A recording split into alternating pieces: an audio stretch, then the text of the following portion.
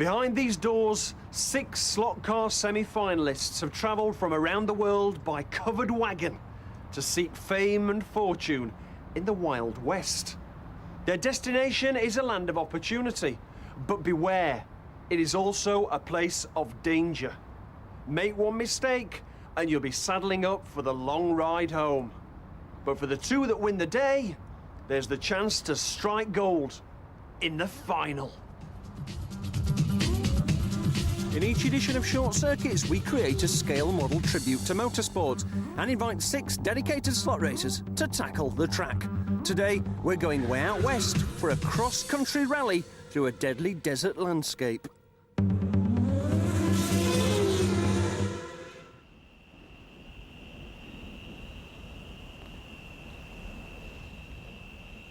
Burning hot sun, swirling sand, scorching my skin, cracked lips, parched mouth.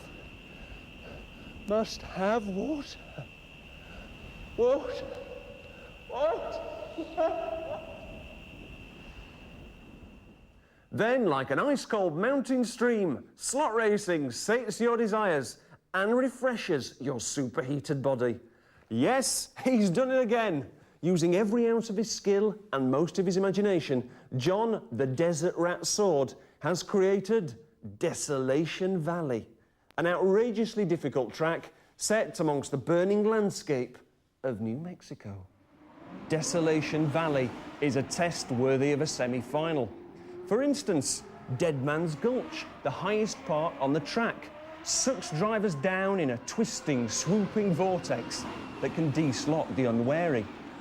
But even if you get through there, there's trouble lurking round the corner in disused mineshaft alley, where a tricky left, a blind spot, and a harder-than-expected right-hander could have you mining a rich seam of trouble. Oh yes, and there's an innocent-looking kink on the start-finish straight that's as dangerous as a sleeping rattlesnake. Fail to show it enough respect, and it will bite you.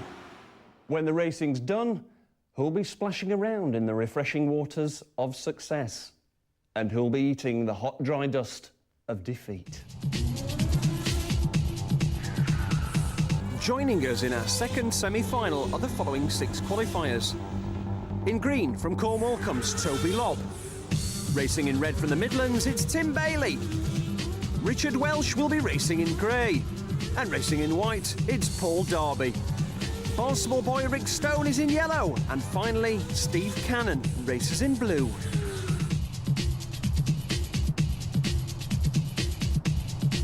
The circuit is difficult all over. The up and over and under that bridge is very tricky. I think I've probably got a better run than a lot of people. Not the tactics I had last time. I'm not going to finish third. If things go like the last time, I should be in second place. It's never over till it's over. They've only got a twitch on the wrong corner, they're going to be out. And it's all about keeping it in the slot. It's not about who can go the fastest. We're out in the desert, there's nobody around. You just got to sit there, concentrate on your driving and avoid the sand. They're good, they're good. Well, I'm not looking to get anybody else get in there. I'm looking for it to be me and Paul in the final if possible. My guess is I'm going to have to follow Paul. I'm going to try and follow him as close as I can. Paul, Darby and Richard easily. I mean, they seem to be on form, particularly Paul. I mean, Paul's the guy to chase. He is the class of the field.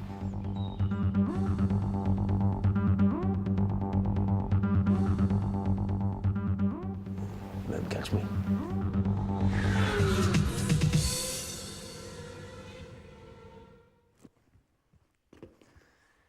Like a wizened old prospector panning in a mountain stream, John Sword is always on the lookout for the worthless gravel of life that he can transform into modelling gold.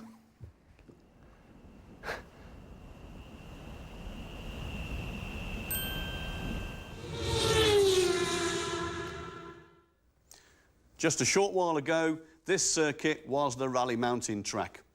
But now I'm in the process of converting it into a circuit that is set in a desert scene.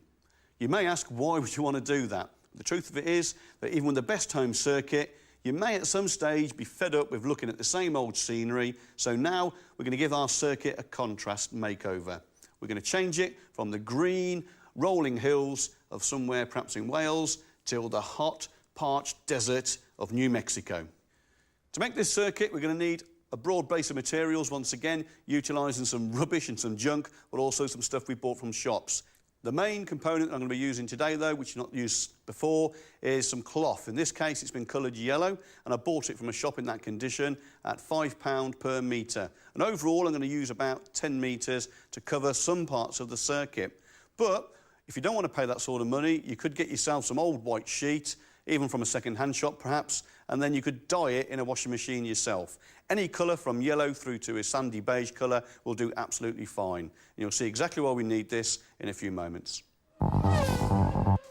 So moving on a stage further now, what we're going to do is create some undulation underneath the cloth. Now to do this, you can either use something at hand, like I've got some polythene, or some newspaper that you've scrunched up into shapes to try and give us the rolling hill type effect of the sand dunes.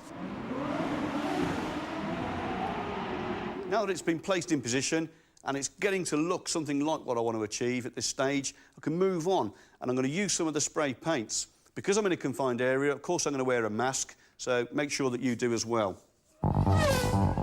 Use the darker colours in the depths along here, in all the creases that we've created.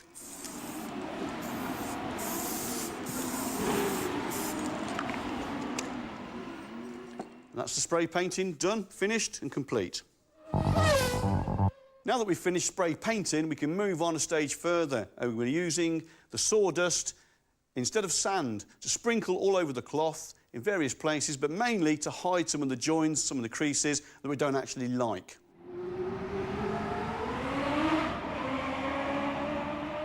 Now, the desert is not just sand. It is often a mixture of lots of different rocks and the sand flowing around the sides of those. So I'm going to represent a rocky outcrop now, pretty much as I've done before, but with just an extra different finishing touch. I'm going to use a large rock to start with, place that into position, and then build up around that one.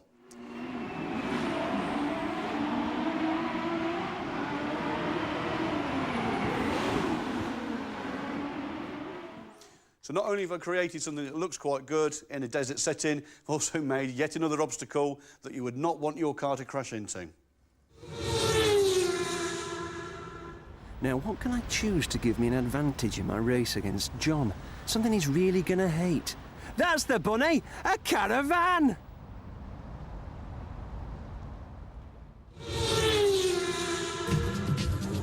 On bank holiday weekends, motorway embankments are littered with the debris of crashed caravans, and we've all been stuck behind one on a winding B-road. Yes, caravans and speed don't mix, but that doesn't stop people racing them. And by using a bit of string and a scale model, even slot races can go caravanning. John, I've chosen very special cars for us today. It's from the German touring car series. It's actually the V8 engined Opel Astra. Oh, very nice. Very highly modified, but I've got a little special surprise for you, John, because we've got a caravan here. Actually, this is the Alpha 2000. It's a lovely van. It's a four-berth. Are you a caravan spotter? How No. come you knew the name of that? It's written on the side, the Alpha That is so Well, sad. I've done a bit of research into it. You've done a bit of caravanning, this obviously. Is going to be the one, because it's heavier than the normal. It's listen to die-cast, so I think it'll be quite cool for going around the corners. It's quite heavy. It's got reasonably narrow tyres on the rear, but that won't hold me down. That'll help me around the corners, getting the back end out. The one I've got for you... I wonder. ...is the Fanfare. Yeah? The Fanfare Stunning. Crusader. Look at that. It's beautiful, isn't it? How pleased am I with that? That's a 5-berth. Tell you what. And it's got an expanding rooftop area, although mine has got an awning. So if you're getting paid more than me, how come I've got the bigger caravan then? Well, there's things you're prepared to do that I'm not, John, and, you know, I never will. So, come on, what do you think? What can I say? It's a Fanfare. Fantastic. Beautiful.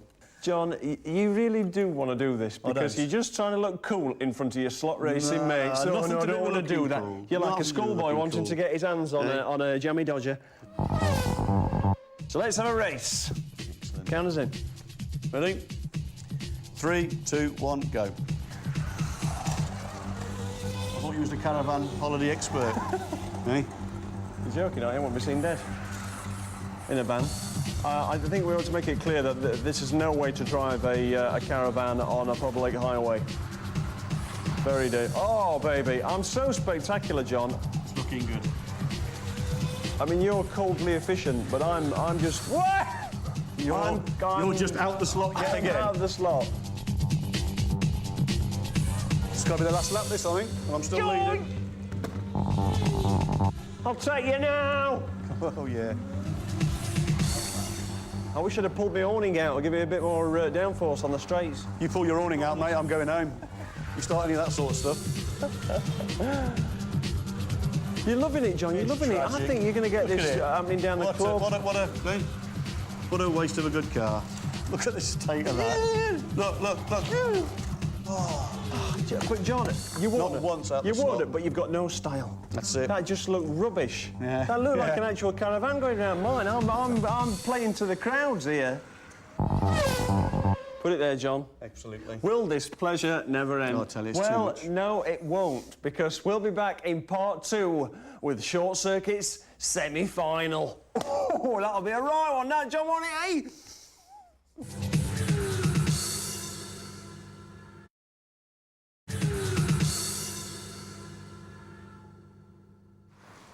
Welcome back.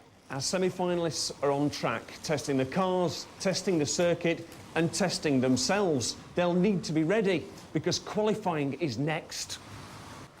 Now, while they go off for a short break, John Sword, like a Bedouin of slot, will be roaming the desert, making final finishing adjustments to his tiny world of sand. Now, John, it's looking fantastic at the back of the track here. Very realistic desert scape, rocky, interesting undulations. But you've got a few ideas about how to make it even more interesting. Yes, Alex, despite the lack of water, as we saw earlier, when you couldn't get a drink, well, there is some vegetation in this area of New Mexico, so we need to introduce that as a finishing touch onto our circuit. OK, what sort of stuff? Well, first and foremost, then, I'm not going to handle this. It's going to be a present for you. We've got a little cactus here, a miniature version. That's lovely, isn't it? It's like a bonsai cacti. What, hang on, though, how am I going to hold this? I need some, like, oven gloves or something. This With is your bare absolutely hands ridiculous. and without the aid of a safety There we net. go. That's the job done. That's a little tip for you. Just drop it out. Oops, bit of soil. OK, what do I do with this, John? Just plonk it. Well, we've prepared ourselves a little... prepared ourselves a little area here with some sawdust, so we built it up, and all you've got to do is get it the right way up now, so it shouldn't be too challenging, and plant it into the sawdust. Just in this pile. That'll do nicely, just there, look. OK. Just like... Now then, Hey, now we're look at talking. that. Now we're talking. Hey, Are you happy now? Are you happy now with how it looks? that's not bad, is it? Yeah? Yeah. We ready to race? I'm ready if you are. Come on, then. Rich is a laid-back racer, but how will he face the pressure of the semis? Tim takes his racing seriously and will fight hard to go through to the final. Novice Toby is the underdog, but will he win through when facing the big boys? Steve's a wily veteran who knows what it takes to come top. Paul puts the cool into slot racing, and he's the hot favourite. Will Big Rick take it slow and steady and prey on the mistakes of his rivals? All 6 are about to face their first test in the qualifying session. The drivers will race in each lane in turn and be ranked according to their overall performance. At the end of the session, choice of lane for the semi goes in order of position in the rankings. Lane advantage can be all important in slot racing, so it's absolutely essential to perform well in the qualifiers and avoid the difficult outer lanes.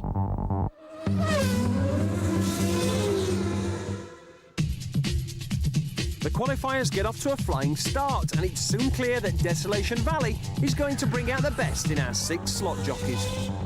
After 3 of the 6 qualifying races, we've got Paul and Richard tying for the lead, and Steve and Rick aren't far behind. But back in 5th, Tim is having all sorts of car problems. There's still plenty of points to go for, so he could improve his qualifying position, but poor lad, he's been through hell. From the middle heats, it's clear that the key to Desolation Valley is to set a fast pace, dig in, and wait for your rivals to make mistakes. 2 racers continue to dominate, but there are still vital points to play for.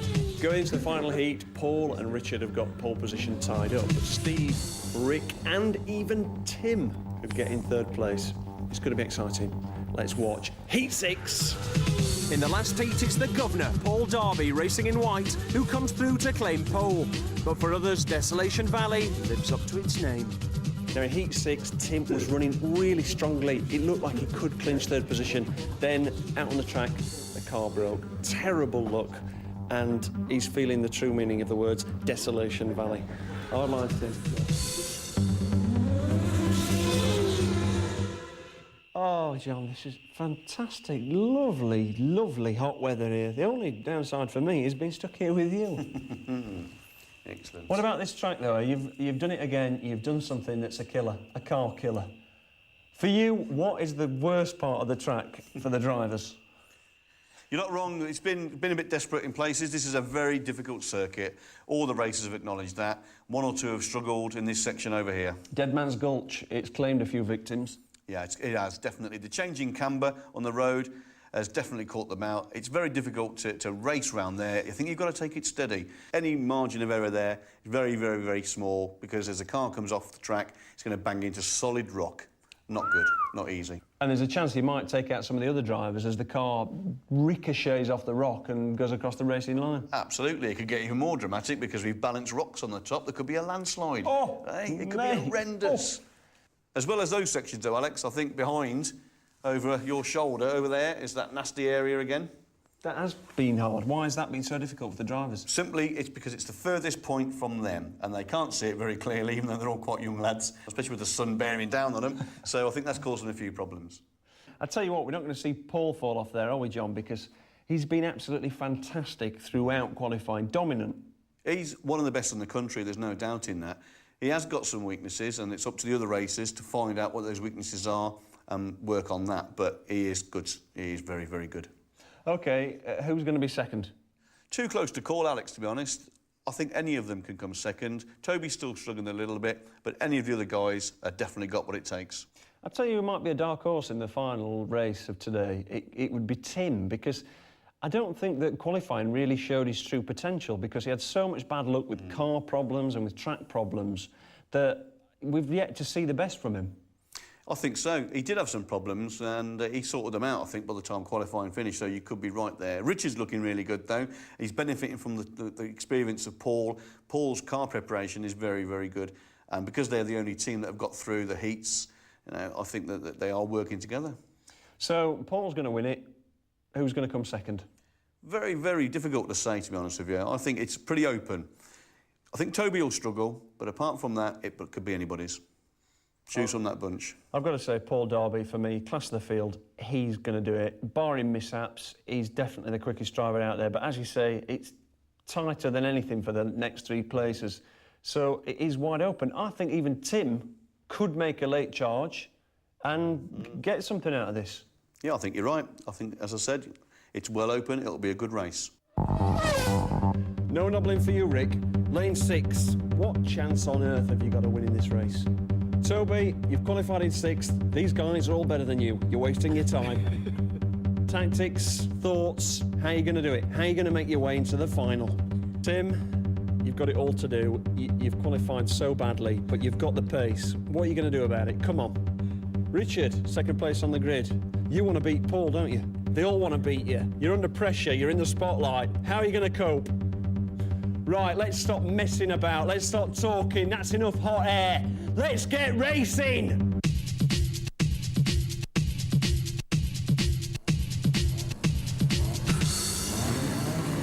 And a fantastic start there from Paul. He's the class of the field here, straight into the lead, closely followed by Steve in the blue car and Richard in the grey car. And Rick not far... Oh dear, Rick! He was in 4th position, and now he's in nowhere. Unlucky Rick. He'll be feeling sick. And it's Paul. Paul just already, he must be half a lap ahead. We're on lap 3, and he's really demolished the opposition. This guy's cakewalking it. Toby there in the green, just plodding along, hoping to pick up the pieces if somebody makes a mistake. That's all he can do. Very inexperienced racer. Tim there, can't really do much from that lane. It's inconsistent power. Again, he's having trouble with that car. Poor guy. Steve and Richard. Steve in the blue, Richard in the grey. Really going for it, really trying hard to get that second position, which will mean they're going through to the final.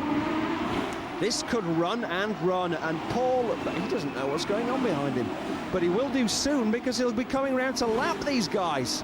That's just how dominant he is in this particular race. This track seems to suit his style.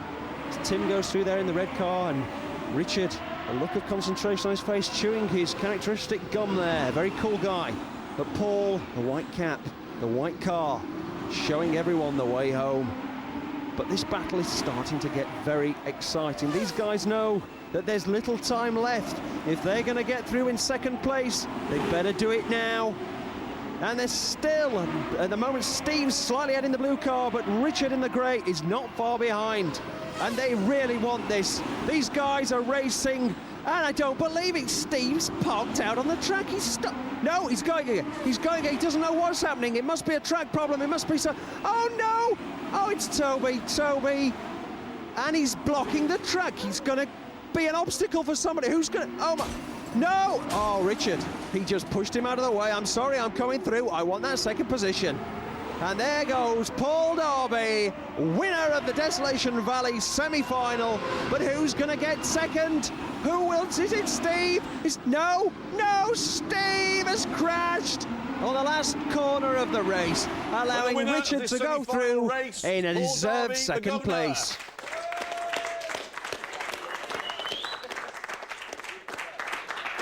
I'm through to the next round, the final. Bring them on.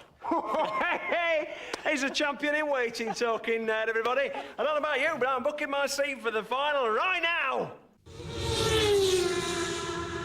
John, we're supposed to be in the middle of the New Mexico desert. Look at this weather, it's a disgrace. It's only liquid sunshine, it's good for you. But what a race. Oh, what brilliant. a fantastic race. Paul! Boy, that boy's good. He's a very, very good racer. He's a class act. But second place, too close to call right until the last lap. I mean, Steve, very unlucky. That was an interesting battle, wasn't it, between the three of them? Poor old Rick, you know, off he went. Steve was a bit unlucky as well, but left the two there to fight it out in second place. And Richard, of course, was Paul's teammate in the heat, so fantastic team performance there, both in the final. Yeah, the only team to go through as a team. Yes, well, fantastic racing. Can't wait to see these guys in the final. Whew.